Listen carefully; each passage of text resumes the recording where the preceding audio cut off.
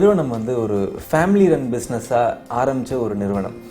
இது எந்த ஒரு பர்டிகுலர் பாயிண்டில் உங்களுக்கு வந்து தைரியம் வந்து நீங்கள் வந்து அதை ஒரு ஜாயிண்ட் வெஞ்சர் போகலாம் அப்படின்னு ஒரு முடிவு எடுத்தீங்க? ஏன்னா இந்த ஒரு முடிவு வந்து இன்றைக்கி இருக்கக்கூடிய நிறைய ஃபேமிலி ரன் பிஸ்னஸும் சரி, நிறைய வந்து ஒரு இளந்தொழில் முனைவோரும் கூட இந்த மாதிரியான ஒரு ஒரு பவர்ஃபுல்லான ஒரு டெசிஷன் எடுக்கிறதுக்கு பயங்கரமாக யோசிக்கிறாங்க. இந்த நிறுவனமே என் கைவிட்டு போயிடும், இந்த நிறுவனம் என்னோடது இல்லை அப்படிங்கிற மாதிரிலாம் வந்து இந்த ஜாயிண்ட் வெஞ்சரோ இல்லைனா ஒரு ஐபிஓவோ இல்லைனா ஒரு பார்ட்னர்ஷிப் வந்து ஒரு ஃபாரின் பேஸ்ட் கம்பெனியோட போட்டால் அந்த நிறுவனமே வந்து அவங்க டேக் ஓவர் பண்ணிவிடுவாங்கன்ற மாதிரிலாம் ஒரு பயம் வந்து மக்களுக்கு நிறைய இருக்குது, ஆண்டர்ப்ரனர்ஸ்க்கு. இதுக்கு நீங்கள் எப்படி வந்து இந்த ஒரு முடிவை வந்து நீங்கள் எடுத்தீங்க இந்த ஜேவி பொறுத்தளவில்? அதை பற்றி வந்து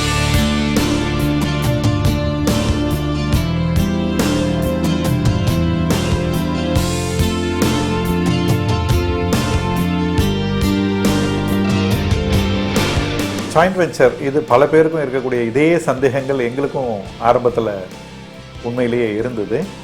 பட் ஆனாலும் இந்த மாதிரி சந்தேகங்கள் அப்படிங்கிறது எங்களுக்கு நிவர்த்தி ஆகிறதுக்கு எங்களுடைய ஆடிட்டர்ஸும் பெருமளவில் எங்களுக்கு அதில் துணை புரிஞ்சாங்க. அதையும் தாண்டி எங்களுடைய ஜாயிண்ட் வெஞ்சர் பார்ட்னர்ஸ் அப்படின்னு சொல்லிட்டு எங்களுக்கு கிடைச்சவங்க எங்களுக்கு அறிமுகமானவங்களாக இருந்ததுனால எங்களுக்கு அந்த நம்பகத்தன்மை அப்படிங்கிறது எங்கள் 2 பேருக்குள்ளவுமே வந்து அது இயற்கையாகவே அமைஞ்சிருச்சு. ஆனாலும் அதில் சில நன்மைகள் அப்படிங்கிறது வந்து உண்மையிலேயே இருக்குது. தனிப்பட்ட முறையில் நாம் பண்ணும்போது நமக்குன்னு சில அளவுகோல்கள், ரெஸ்ட்ரிக்ஷன்ஸ் அப்படிங்கிறது இருக்குது. அதையும் தாண்டி நம்மளுடைய வளர்ச்சிகள் அப்படிங்கிறது இருந்தாலும் அதை வேற ஒரு நிறுவனத்தோடு நம்ம வந்து அதுவும் ஒரு ஃபாரின் கம்பெனியோடு நம்ம வந்து கூட்டு சேரும்போது பார்த்திங்கன்னாக்கா நமக்கு அதுவே ஒரு மிகப்பெரிய ஒரு பலமாக மாறி எங்களுடைய வளர்ச்சி அது வேகமாக அது வந்து அமையறதுக்கும் அதுவும் ஒரு காரணமாக இருக்குது.